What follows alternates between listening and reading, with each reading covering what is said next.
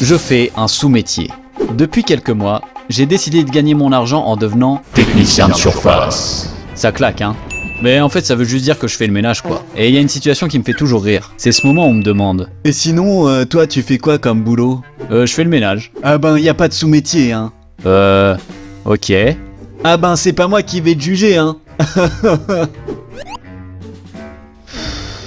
Et c'est drôle de dire ça car à aucun moment j'ai présenté ça comme si je n'avais pas eu le choix. Ça marche qu'avec un boulot qui peut être vu par certains comme dégradant ou inintéressant socialement. Je pense pas que cette situation-là se présente souvent par exemple. Et sinon, toi tu fais quoi comme boulot? Ah bah moi je suis ingénieur en aéronautique. En ce moment je travaille pour la NASA sur un petit hélicoptère qui va analyser les possibles traces de vie sur Mars. Ah ben y a pas de sous-métier, hein.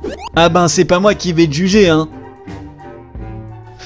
C'est peut-être moi qui sais pas me vendre en fait. Faudrait plutôt que j'essaie de dire: moi, qu'est-ce que je fais comme métier? Je suis technicien de surface. Je m'occupe du maintien de la propreté dans des locaux d'entreprise comme Leroy Merlin ou encore Lidl par exemple. Il m'arrive même de travailler pour Aldi. Récemment, quand j'ai dit que je faisais le ménage à un pote, il m'a dit: ah mais c'est dévalorisé ça. T'as les capacités pour gagner beaucoup mieux ta vie. Et ben vous savez quoi, je trouve cette réponse bien plus honnête. Et en lui expliquant pourquoi j'ai fait ce choix, il a entièrement compris et m'a encouragé à continuer pour le moment. Alors, en quoi peut-on considérer que c'est un sous-métier?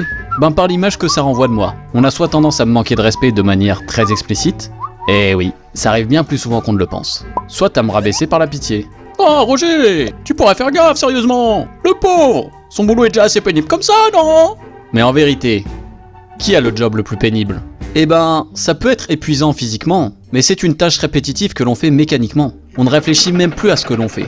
De plus, il n'y a pas vraiment d'erreur possible et le résultat est visuel et immédiat. Et le point le plus important, c'est qu'on a très peu de responsabilités, ou en tout cas, aucune responsabilité humaine. On ne met personne en difficulté si on fait mal. Et de ce fait, la charge mentale est presque inexistante. Et c'est en ça que des fois je me dis que c'est peut-être un sous-métier, mais dans le bon sens du terme. La plupart des métiers impliquent cette charge mentale qui ne nous quitte jamais vraiment, et de fait, même en vacances, on ne quitte jamais vraiment le boulot. Tandis que moi, à la seconde où je débauche, j'y pense plus. Et comme ça n'empiète pas sur mon espace mental, je peux me concentrer sur mes projets, mon entraînement et la réalisation de mes vidéos. Et d'ailleurs, c'est quand je fais le ménage que je réfléchis à mes vidéos. Et dès que j'ai de bonnes idées, je les note sur mon téléphone. Un autre pote a eu une réaction à laquelle je m'attendais pas du tout, et qui m'a permis à moi-même de beaucoup plus accepter voire apprécier ce travail. Je fais le ménage. Ah, c'est bien ça. Ouais. T'es tout seul dans ton truc, tu peux te concentrer sur toi-même.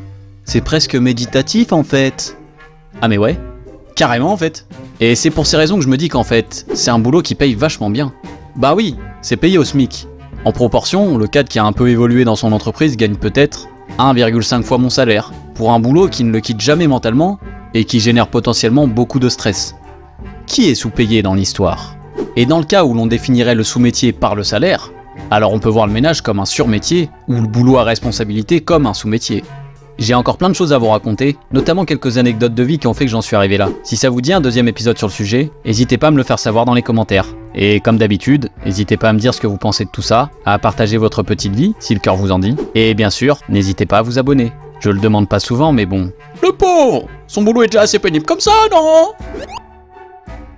Ah, et au fait, l'expression c'est « il n'y a pas de saut métier ». S-O-T.